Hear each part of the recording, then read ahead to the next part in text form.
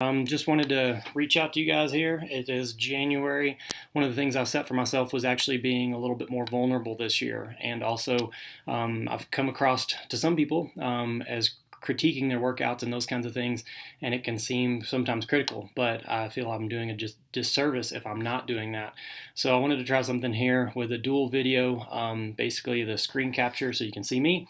I don't know if you want to, but also just regarding something that occurred over the weekend, and this is a part of being vulnerable. Scheduled a big endurance ride, got lucky with some warm weather here in January. Might have been called January because it was in the warm temperatures, nearly 60. I got to go out with a buddy that's a little bit more fit than I am right now, just because I had a little offset of having a hernia surgery in November with a few weeks off, and just kind of getting ready for the new kiddo coming here in a few weeks with my wife being pregnant and expecting in February, so excited about that. But luckily got the green card from the wife to go out for an afternoon ride on Saturday afternoon, and I was aiming to do a base ride, essentially base ride, low intensity, zone 1, zone 2, depending on how people look at it. And this is one of those observations and things I can show you where being vulnerable shows you that we always don't get it right. This is the workout from the day. You can see I had endurance ride plan, and you can see it's orange because I planned for hopefully getting out for 3 hours, but you can see I really plugged one in at 5 hours.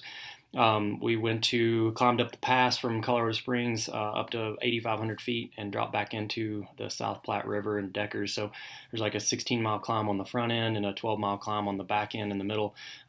We ended up descending back home nearly in the dusk at dark at around 5 p.m. So kind of dicey down the pass here in Colorado Springs.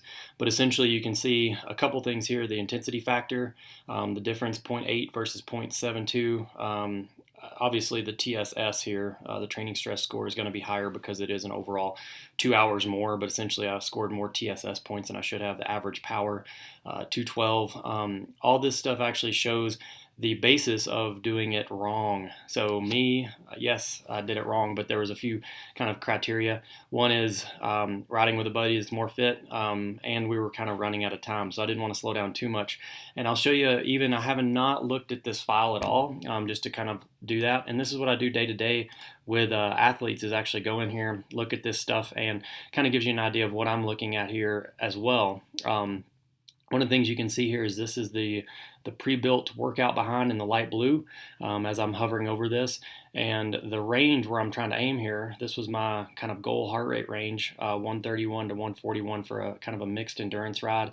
And typically for me, my sweet spot for a base ride is going to be about that lower end of 131. The upper end is just kind of there to allow a little bit of flexibility on some terrain. Obviously, we're going to climb for 16 miles up into the mountains, but the temperature is relatively cool. If I bring everything into perspective here, once I hide that, it gives you a little bit more, and I'll show you everything else. So you can kind of see what's going on here. This is early part in the ride where we're kind of just heading out of town, kept it relatively chill. But then as you can see, this is a section of about 3 miles on traffic. Where it gets narrow, and this was where I intentionally did about 20 minutes of tempo on purpose because we just wanted to get off that main road, and there's a really narrow shoulder and quite a bit of traffic with being weekend heading to the mountains for a lot of people. So I intentionally did a little bit of tempo here. Was actually pretty satisfied with how stable the heart rate's maintained. But essentially you can see one thing I like to do here is look at the zones of heart rate. So I'm looking at the heart rate, and I'm kind of clicking around here quick because I don't want the video to be too long. But if I was to go towards aerobic and hide everything else, essentially you can see as it goes here, let's get to the aerobic zone. You can see this red band here is where I want the aerobic zone to be, and I wasn't too far off. But essentially, you know what not too far off means? Is I had a little bit of a ride hangover the next day. Essentially, I rode a little bit too hard for where my current fitness is, especially this tempo segment, which was intentional, but I should have been able to bring it back down more in this band, especially more towards the lower end of it. And this is a thing I see a lot of people do, so I'm not harping on you too hard, but obviously I need to harp on myself as well. I'm pretty good most of the time, but this was one of those where climbing big climbs and trying to make the time getting back down in. I mean, we were freezing coming back down here as the sun went down, coming into the dusk, descending the pass. But essentially, we always don't get it right.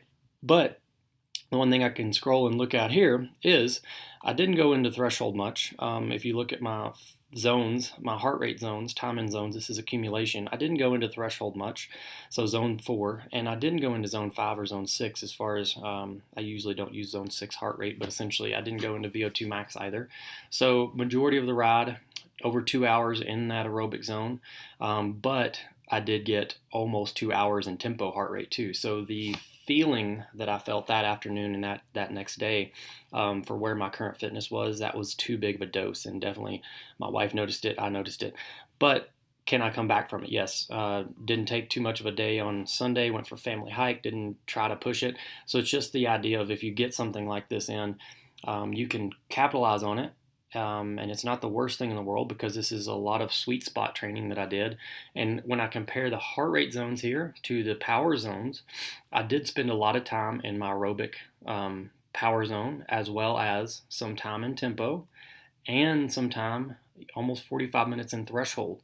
So this isn't the worst thing in the world because even though I spent 45 minutes, and this is maybe little small tidbits here and there, it's accumulation. So it could have been 20 seconds here, 5 seconds there, just getting out of the saddle, those kinds of things over a 5-hour ride. So it doesn't mean I did, 2 by 20 or 2 by 22 to get 45 minutes of this time here.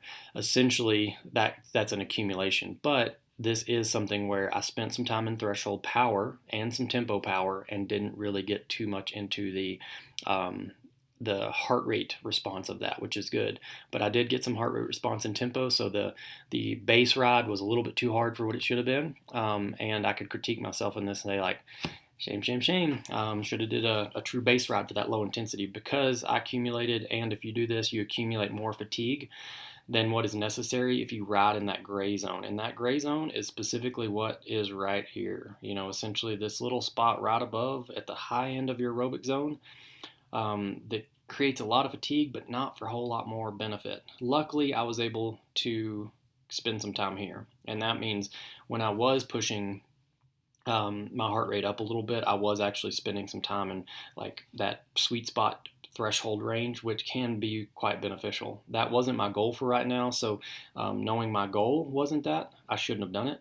But also we had a good time with a buddy, and we made it back into the dark, and I was the only one with lights, so luckily my wife was asking where we were, showed up in time for dinner, and made sure that we were safe and sound, which was good. But this was just being a little bit vulnerable, showing you guys what it is, and knowing that if you do this, this is what can occur. And that's why I was joking about having a little bit of a ride hangover, because I haven't done anything more than a couple hours in probably 4 months since I raced in a 12-hour race or something like that in October, so a few months ago. But anyways, hopefully this is beneficial and you guys can see that, and putting it out there helps you guys understand and my coaching process, as well as why there are reasons to have your goals in mind, and even reasons why you might be able to flex from them.